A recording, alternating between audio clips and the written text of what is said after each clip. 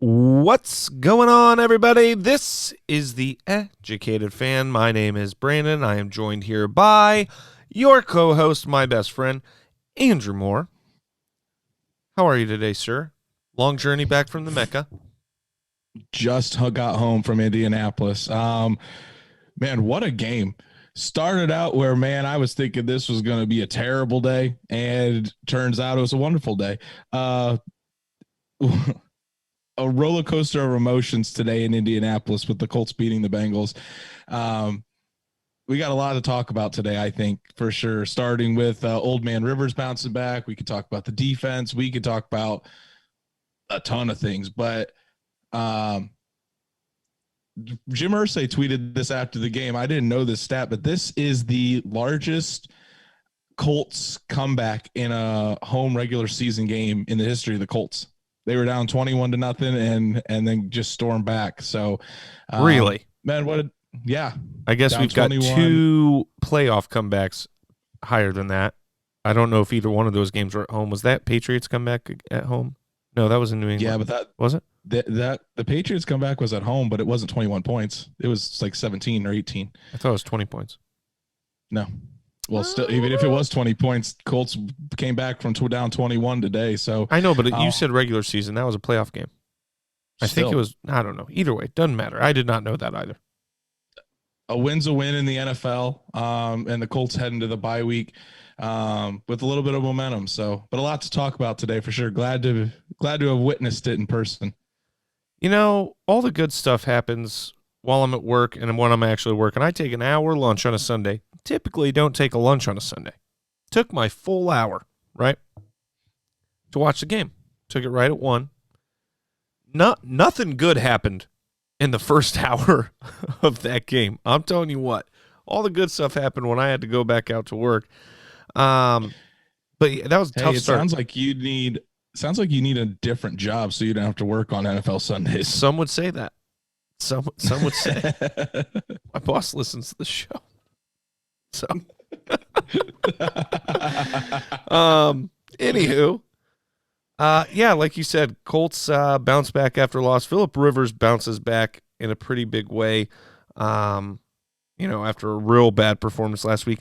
At no point today, even when we were down, really no point today did I go, damn it, Phillip Rivers. Like, what the hell are you doing again this week? Never did I wonder what was in Phil's head. I wondered what was in Frank Reich's head.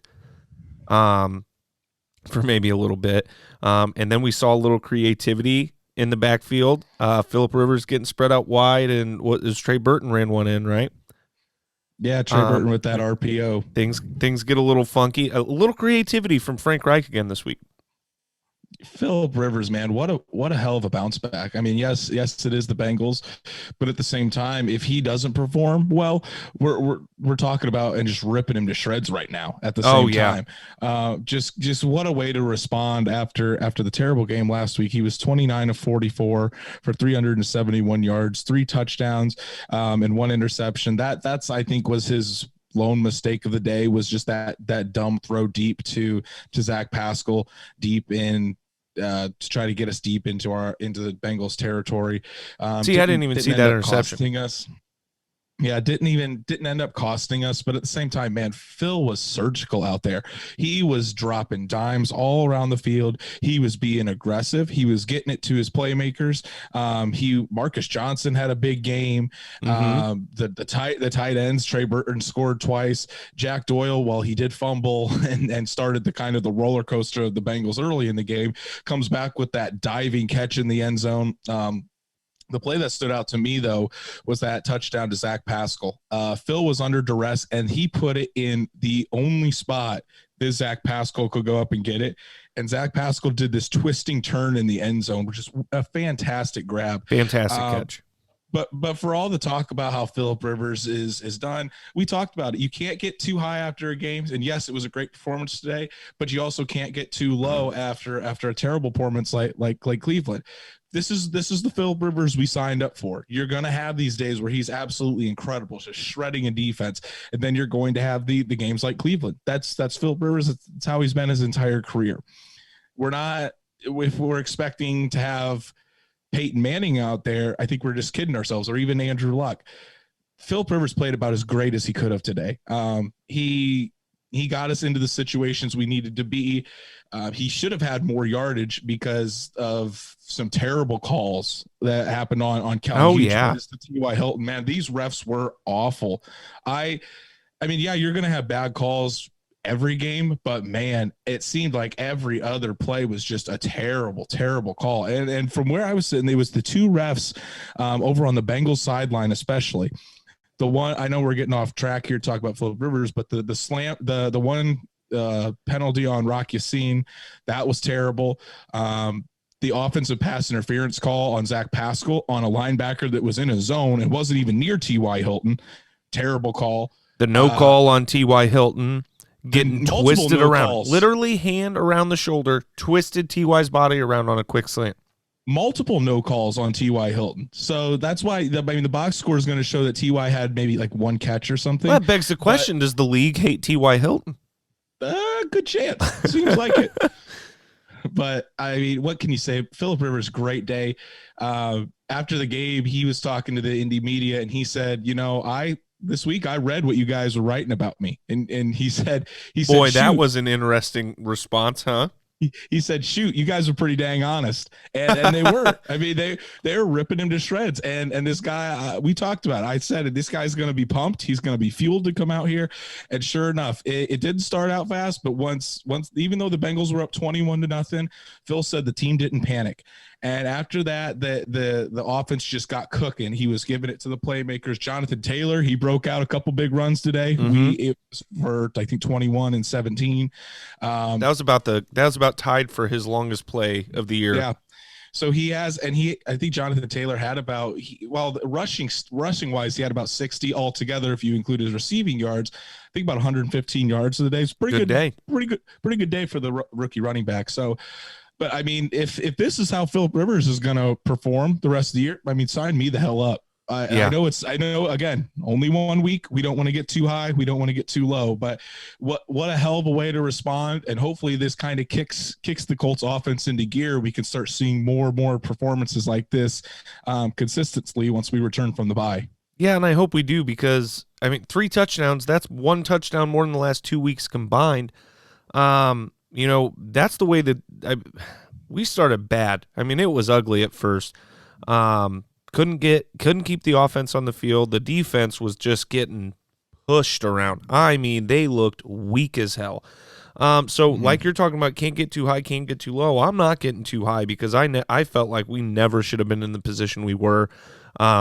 Super concerning, but I'll be honest, I didn't think we were going to come back. I didn't think our offense had the capability of putting out as many points as we needed, and we turned it around. On Phil's end in particular, though, you can't say that 21-0 lead was on Phil. I never did. Philip Rivers did nothing to make that lead. That was the defense that was getting consistently pushed around until they finally stepped up. You had Jack Doyle that had the fumble that led to a touchdown. So none of that was on Phil. As far as I'm concerned, Phil had his best day as a Colt so far. Mm-hmm. And as we're recording this podcast, he's the league leader for passing yards for this weekend. So I think the last time a Colts quarterback threw for this many yards was in December of 2018 when we still had Andrew. So great day for Phil. Let's keep it rolling. Dude, I'm getting sick of these Colts accounts on our Instagram. Every week, if we're down or something, they're 12's coming back. And they tweet it's so irritating. I'm like, just let it go. Let it go. He's gone. He's done. That's it. There were so many guys on. I was live tweeting like I always do during the games. There were so many people that were just killing the Colts in the beginning, just saying, fire everybody, fire Ballard, fire Reich. I mean, definitely don't fire Ballard, but I'm telling you what, if we lost that game today, I'd have been on a Frank Reich tear today. I'd have been on a Frank Reich anger spree. But anyway, while we're on Philip Rivers, I had something else to say, and I forget. So, yes. So, this performance today gets the ball down the field. By the way, and we're going to talk about him, Marcus Johnson, down the field threat. Phil even missed him on one, overthrew him on one. So Phillip Rivers able to get the ball down the field, it looks like no problem. Multiple times today, multiple times last week he threw the ball down the field. But it's something about throwing outside the numbers that just, in my opinion, makes him look like he's got a noodle arm. Is it the ball's going outside the numbers? Are those just that much harder to time? Whereas a down the field pass, he can let it go early. The ball's got a lot of air under it. I mean, Tom Brady, you're seeing having, not today, but struggling throwing the ball outside the numbers as well. It could be a variety of different factors. I think one thing that helped Phillip tremendously today was number 74. Anthony Costanzo was back. Phil was hardly ever pressured at all today. True. You think about that. Phil had constant clean pockets. Last week he didn't. He was able to step up into a lot of his throws and really get his full body of motion into the throw, kind of rotate his hips. A lot of the plays last week, he was more flat-footed when you watch the tape. It's kind of throwing off his back foot. That's going to lead to inaccurate passes. That's going to lead to not as much zip on the ball. We think we just see the impact that Anthony Costanzo makes and why his replacement, since we kind of figure Anthony Costanzo will be retiring here sooner rather than later, we kind of need to put that as one of our priorities going forward, say in the draft or free agency, something like that. But they're in the quarterback position. I think that was a key, is just being able to keep Phillip clean. Quentin Nelson and Ryan Kelly gave him plenty of time or plenty of room up front to step up. And he just was hardly pressured. And when he has those clean pockets and has that time to throw, the wide receivers can get open, make plays. But Marcus Johnson, he was elevated finally to the 53-man roster. The last few weeks, he had been going back from the practice squad just for game day. I think that little game has stopped. I think he's going to be on the 53-man roster. God, I hope. And he's turned into a huge threat for the Colts, and I think the Colts know that. So the injury in camp is what killed him in the beginning, but he certainly is making his mark now, and has really served as a guy that can come in and contribute with Michael Pittman out, with Paris Campbell out. And even if we're going to get Pittman back soon, but if Campbell comes back, I still see a prominent role for Marcus Johnson moving forward in this offense. I would sure hope so, and I hope Jonathan Taylor keeps touching the ball even more and more. I mean, right off the very bat, first play of the game, I was like, oh, buddy, he's about to have a day. Broke a tackle. I think got a first down on the very first play of the game. Looked real good. Trey Burton, not a bad day. But it didn't feel like we were forcing the ball to Trey Burton all day like it kind of did last week. We weren't, and I think that's where Trey Burton is. He's not somebody that can be the vocal point of an offense, I don't think. But if he's a supplementary part, I think that's a perfect role for him. He had the touchdown where he ran it in himself on that RPO where Phil split out wide.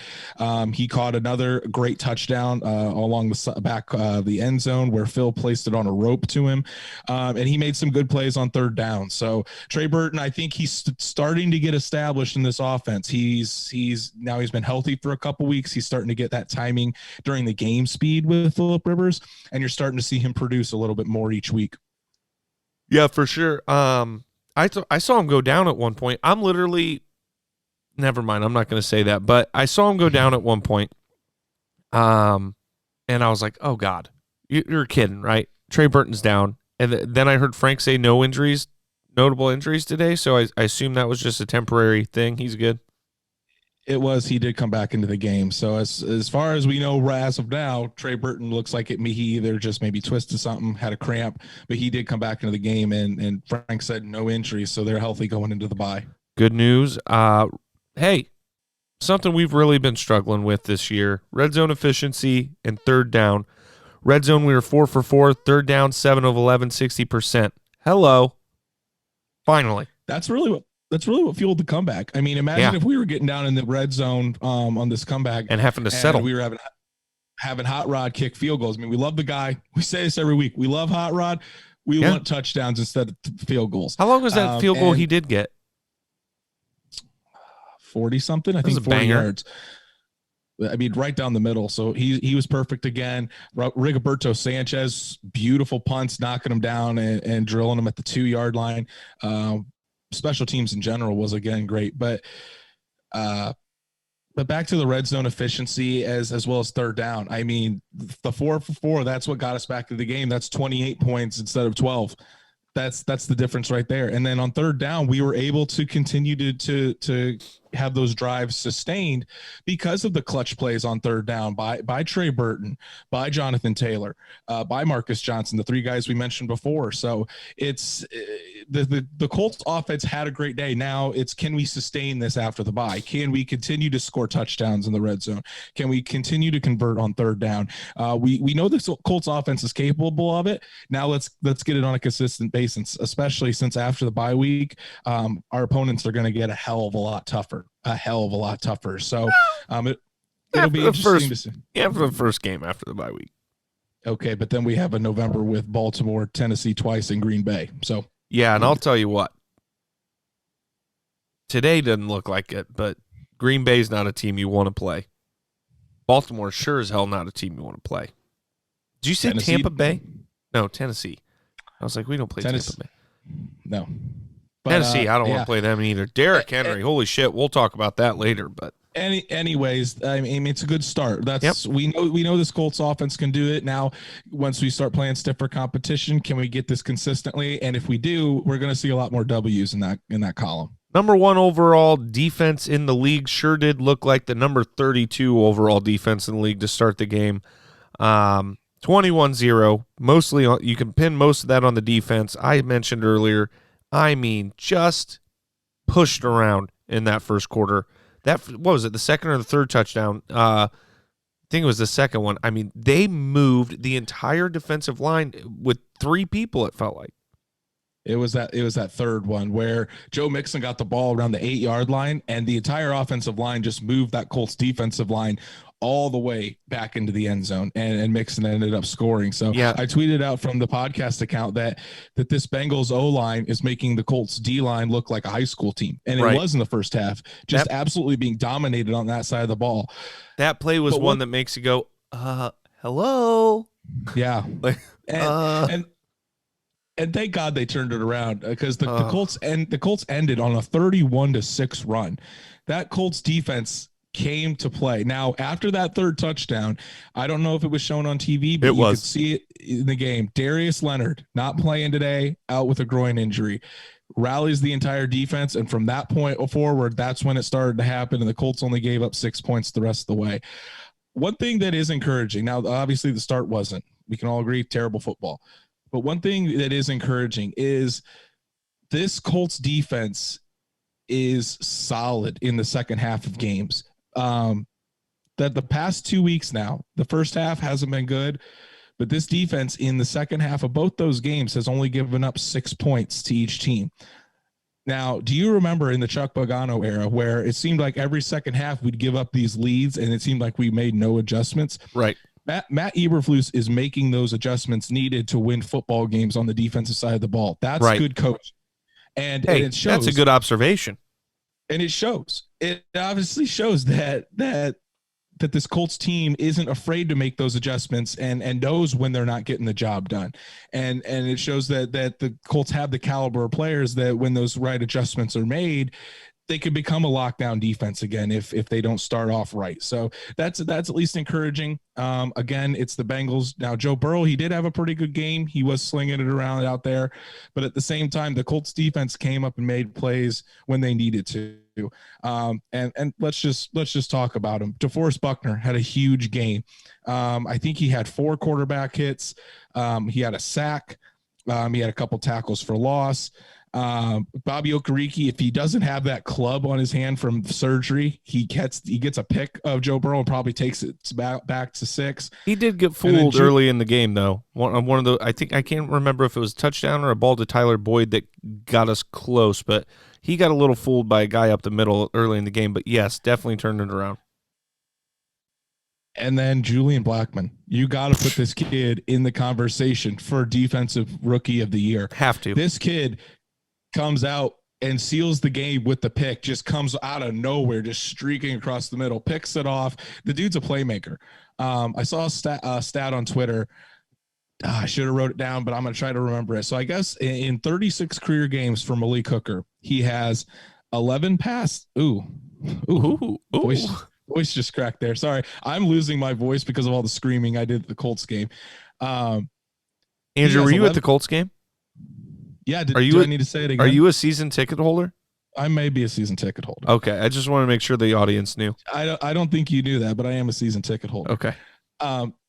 Anyways, Malik Hooker in 36 career games has 11 pass deflections and 7 interceptions. For Julian Blackmon in 6 career games, or actually 5 career games, he has 6 pass deflections, so half that in 6 games and 2 interceptions. The more this kid plays, the more it looks like Malik Hooker will be on a different team next year, and the more it looks like we have an absolute stud back there in the secondary. And Julian Blackmon, can't say enough about this kid. Absolutely phenomenal talent, and he's just getting better each and every week. So making the plays when they matter and intercepting Burrow to seal the game, it was fantastic.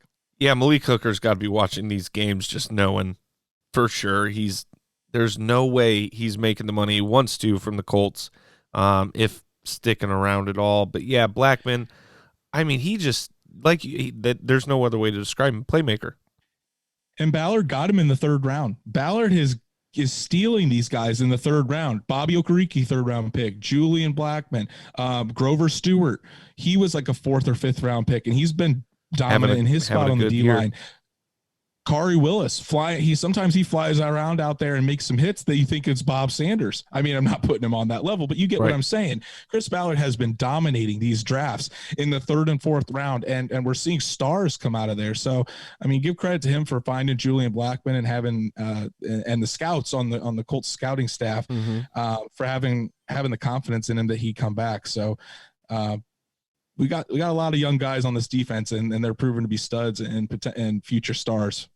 I'll tell you what, I'm real glad we're going into the bye 4-2, not 3-3. But I can't shake I still can't shake the Jacksonville game that we should be going in 5-1. The Cleveland Browns outplayed us last week.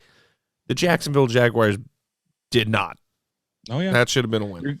It should. You're going to have games like that, but hey, 4-2 is great. Hopefully we can come back from the bye after next week and beat the Lions to go 5-2. We were 5-2 last year where it all started to crumble. So I think if we're 5-2, then we start to really hone in on the tough stretch of our schedule.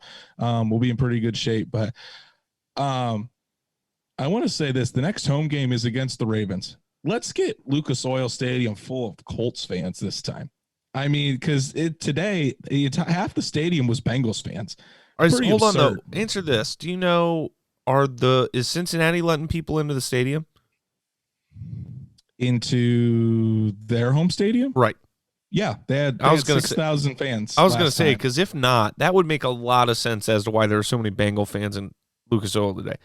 I'm not kidding you. When Jack Doyle fumbled that ball and they showed the replay and the whole crowd started cheering, I was like, "What's going on? Why are we? No. It's pretty ridiculous. Colts fans, get your butts in the seat in Lucas Oil, cheer your ass off, and let's be loud. You're one of the only teams that's allowing fans in the stands this year. You should be jumping at the opportunity to go see your team this year, because most other fans would love to have that opportunity. So get your butts in the stands, cheer loud. LA, Las Vegas. Yeah, let's cheer for your Colts team at home. Give them the juice that they need on defense, and enjoy a team that's young and exciting to watch.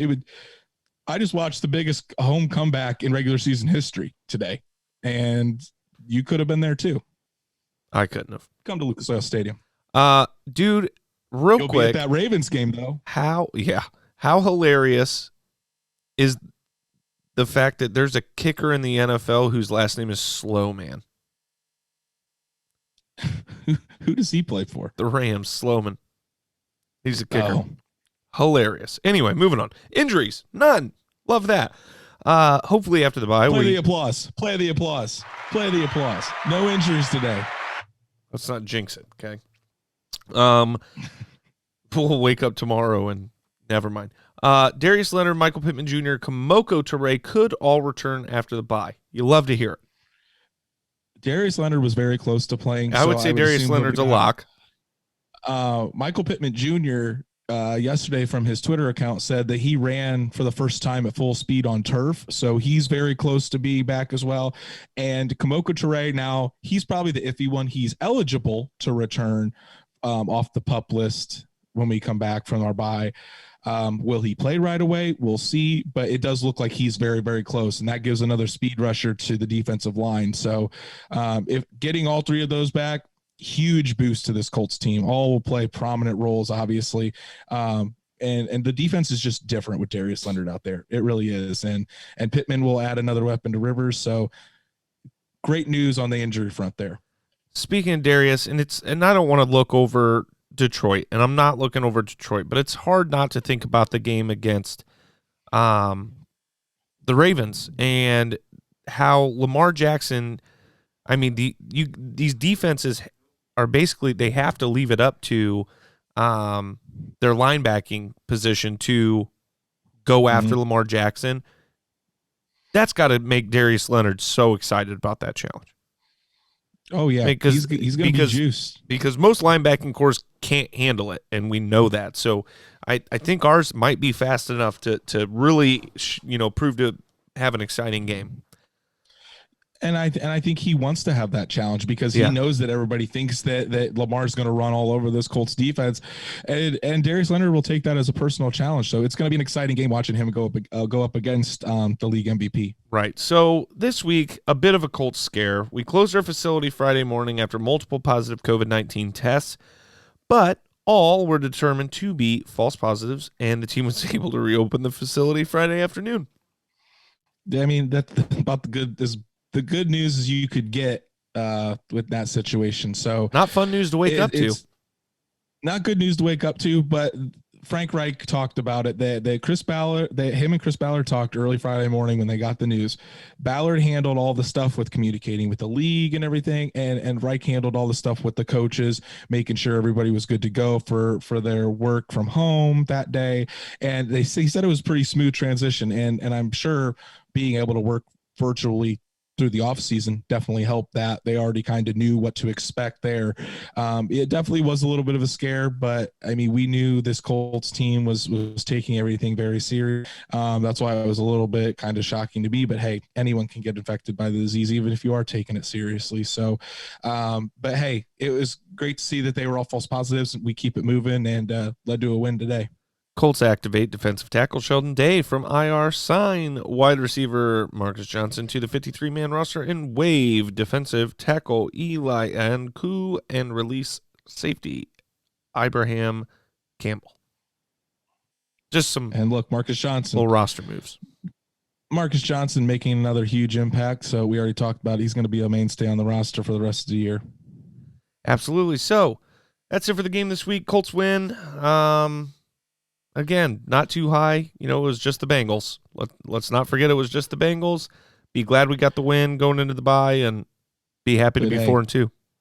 We'd be incredibly disappointed if we would have lost that game. I think I'd have canceled this episode if we lost to the Bengals. I'd be doing a solo episode. Yeah. If that happened. But hey, a win's a win in the NFL. We say it every week. 4-2 going to the bye. Let's rest up, get healthy, and come back ready and prepared for an incredibly tough stretch in November. All right, games around the league. So, 49ers off to a good start already tonight. Touchdown. Was that Debo? Really? Debo Samuel? Anywho, so let's start her off. So Falcons beat the Vikings 40-23. What did we both end up deciding on that? I took the Falcons because I said, hey, they're going to come out for their new head coach and they're going to be ready to go. So I took the Falcons. I don't know if you took them or not, but let's take a look. I think you may have bet on the Falcons, but we both picked Falcons. Mm-hmm. Oh, there we go. Nice. Good on us. Good on us. Falcon, man, Julio Jones had a comeback of the week. But Kirk Cousins.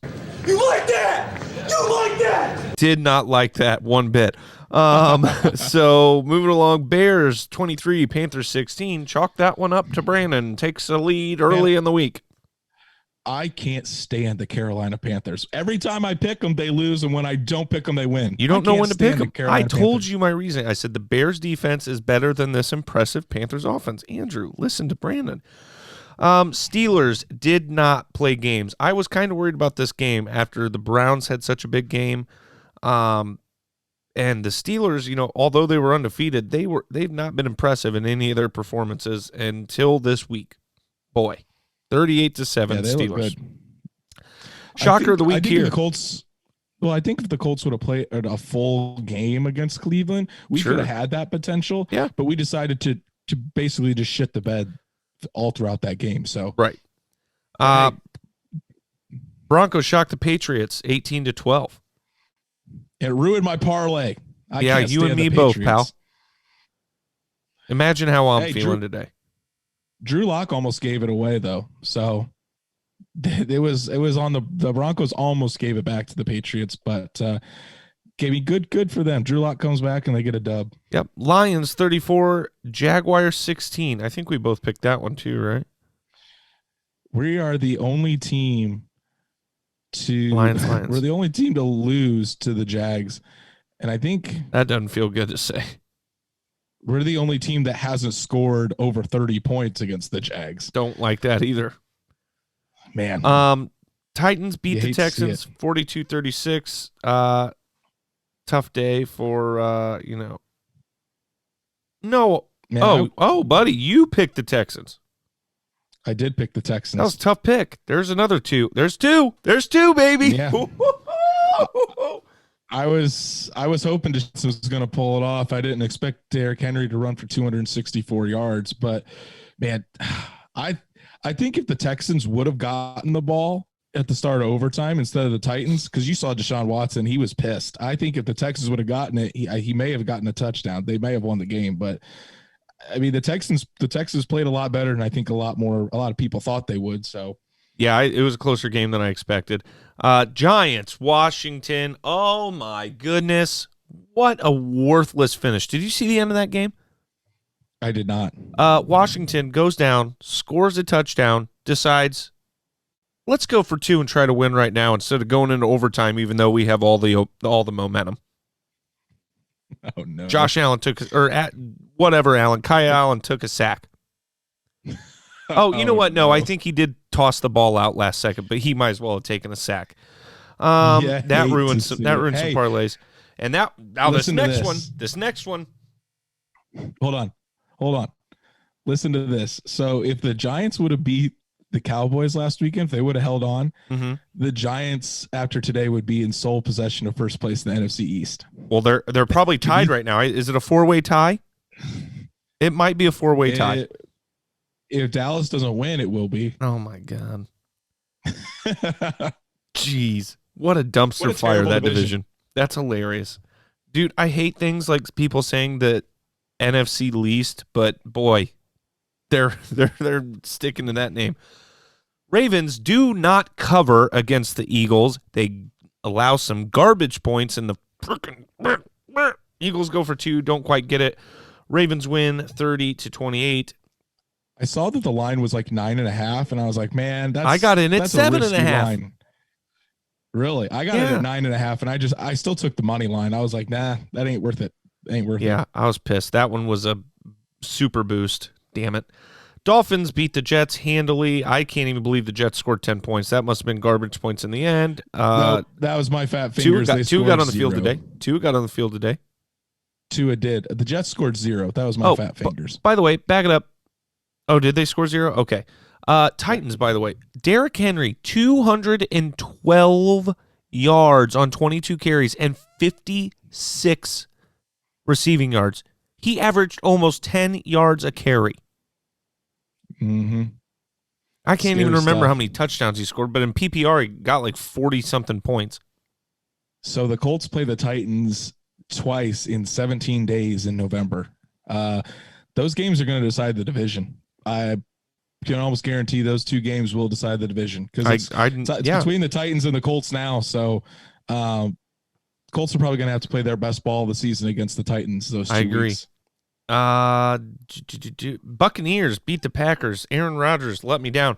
If you want to hear some good radio, go listen to Pat McAfee's show this Tuesday, where Aaron Rodgers is on every Tuesday, and you're going to get to hear Aaron after his first loss of the season. He's been very honest, and he's talked some mad shit on the Pat McAfee show this year. So I'm really excited for that. I'm very shocked that game turned out that way, especially with the Packers coming off a bye. Yeah, I think the Bucks were a little bit pissed about how last week ended in against Chicago. But yeah, I was surprised that the Packers came out so flat as well. Aaron Rodgers didn't really look good. And Brady was carving it up. So hey, congrats to the Bucks. And I think this was just a little blip in the road for the Packers. They're still an incredibly good team. Yeah, I agree. And it's right now watching the Rams and 49ers. Rams are down 0-7. I do not expect them to maintain that lead. I see the Rams turning around. However, I do want everybody to know that Andrew and I have agreed on the remaining games of the week, so I am taking another 2 pegs up on him. I think this is 3 weeks in a row I've beat you. Yeah, after garbage decisions. We'll see the final numbers next week. Are we no episode this Wednesday. This Thursday. So we're on a bye week too. We're on a bye week. It's a bye week. I need my rest. Injuries around the league. Steelers left linebacker, not left linebacker, Devin Bush, knee. Tomlin says it's significant. Ravens, running back, Mark Ingram, ankle, did not return versus the Eagles. Yeah, I think I want to talk about the Devin Bush injury for a second. Sure. He's pretty big for that defense. So if he's out for the year, I think that definitely knocks the Steelers defense down a peg. I mean, they still have a ton of great players, but he's one of the quarterbacks, if not the quarterback for their defense. So that'd be big. Mark Ingram, if his ankle injury lingers, maybe he won't play against the Colts. It'd have to be pretty severe, but we'll have to see. That'd be nice. Maybe a little more action from J.K. Dobbins for just fans around the league in general. Who knows? Packers tackle David Bakhtiari. Yeah. Chest, he's got one. Eagles running back Miles Sanders, knee, did not return versus Ravens. Eagles tight end Zach Ertz, faking an ankle injury, did not return against the Ravens. The man once paid. He's probably going to get traded before the deadline. Hey, I would trade for Zach Ertz. He's a baller. You know what? They can have Trey Burton for Zach Ertz. We'll make an even trade. Sure, we'll take it. I'd take it. Sorry, Trey Burton. I know you had a good day today, but I'm a realistic man. Other news around the league: Atlanta Falcons shut down their facility Thursday after one positive COVID-19 test. Were able to reopen their facility on Friday, and they played today, obviously. New England Patriots canceled practice Friday after another player tested positive for COVID-19. Reopened facility on Saturday. So, yeah, there was a lot of scares around the league this week with COVID, but thankfully today there was no positive tests. So that's a good sign, but the teams are being very cautious. It seems like as soon as they know they're closing down the facility, getting everybody remote, which is good if they want to continue to play this year. And Lev Bell signs with the Kansas City Chiefs. If you haven't heard that yet, shocked that he ended up there over the Patriots, but I think I did say the Chiefs in like my second guess. It was down to 3 teams. It was down to the Chiefs, the Bills, and the Dolphins. I still think the Patriots were in there too, and nobody's talking about it. I wanted to ask you this: with Clyde Edwards-Helaire having such a good start in Kansas City, what do you see Le'Veon Bell's role being? Do you think he takes over, or do you think it's like what the Colts wanted with a 1-1 punch? I think that if you see Le'Veon Bell on the field, you can expect it to be a run, probably, designed to go up the middle. From what I've watched from the Chiefs, I mean, Clyde's getting the outside stuff. He's getting the short passes. I mean, I haven't seen him break off anything real nice, going right up the middle between the tackles. So I think Lev Bell, it's going to be, in the more pure running situations, maybe third down situations. But who knows? Andy Reid's creative. I thought LaShawn McCoy was going to have a more successful time in Kansas City, especially with his history with Andy Reid, but he really didn't produce much either. So I don't think we can guess on this one too easily. I could see that. I think my big question on Le'Veon Bell is does he have the capabilities of being the back he used to, or does he still have that ability? Because yes, he was with the Jets, but at the same time, Frank Gore was still doing better on the Jets than he was. I mean, it's not like Frank Gore doesn't stop running hard ever. Lev Bell went, oh man, this money is great and all, but these guys suck. But at the same time, I don't think he was motivated. I don't know. I would still think he would want to be the difference maker. Sure. Because I don't know. That's going to be my big question: is can he be the back that he was before? Now, Andrew, he doesn't have to be worried about getting paid again because it's not going to happen. Plus, he's got that lucrative rap career he's going to have afterwards. Jesus. I think Patrick Mahomes will help. Having all those weapons will help. But at the same time, will he be able to produce? I mean, we'll see. If so, I think he's capable, and I think the chance at a Super Bowl, which the Chiefs are very well capable of doing again, I think that chance is going to be a big time motivator for him, as he was not able to get one with the Steelers. But Alabama head coach Nick Saban registered a false positive, and he was able to coach Saturday against Georgia, and boy, did it work out for them. Yeah, they mollywopped Georgia. Yeah. You need to apologize to Mr. Saban. I'm not going to do that. You need to apologize I'm not an apologizer. to Mr. Nick Saban and that man's beautiful hair. For saying, he didn't take it. I said he was the most handsome 70-year-old on the planet. Doesn't that make up for it? You did say that. I mean, geez, I was like, if he's 70, I'm 15. I don't know. Something insane. Speaking of college football, you see Trevor Lawrence's stat line from this weekend? Dude had 5 touchdowns in the first half. Our old roommate, shout out to Levi. We were talking about not only like getting Trevor Lawrence, but getting another guy that was on ESPN this week, Arch Manning, Peyton Manning's nephew. He was tearing it up. And I was tweeting about it, and our old roommate Levi said he'd sell his soul to have the Colts draft that guy. I'm like, probably not the only one to have that. Which that guy? Kid, Arch Manning. Oh, I would, dude. Another Manning on the Colts would be the greatest. Hey, the NFL draft in 2026. Maybe the Colts will be picking Arch Manning as their quarterback. I mean, I really don't hope that happens because that means we have one shit year because that kid's going number 1.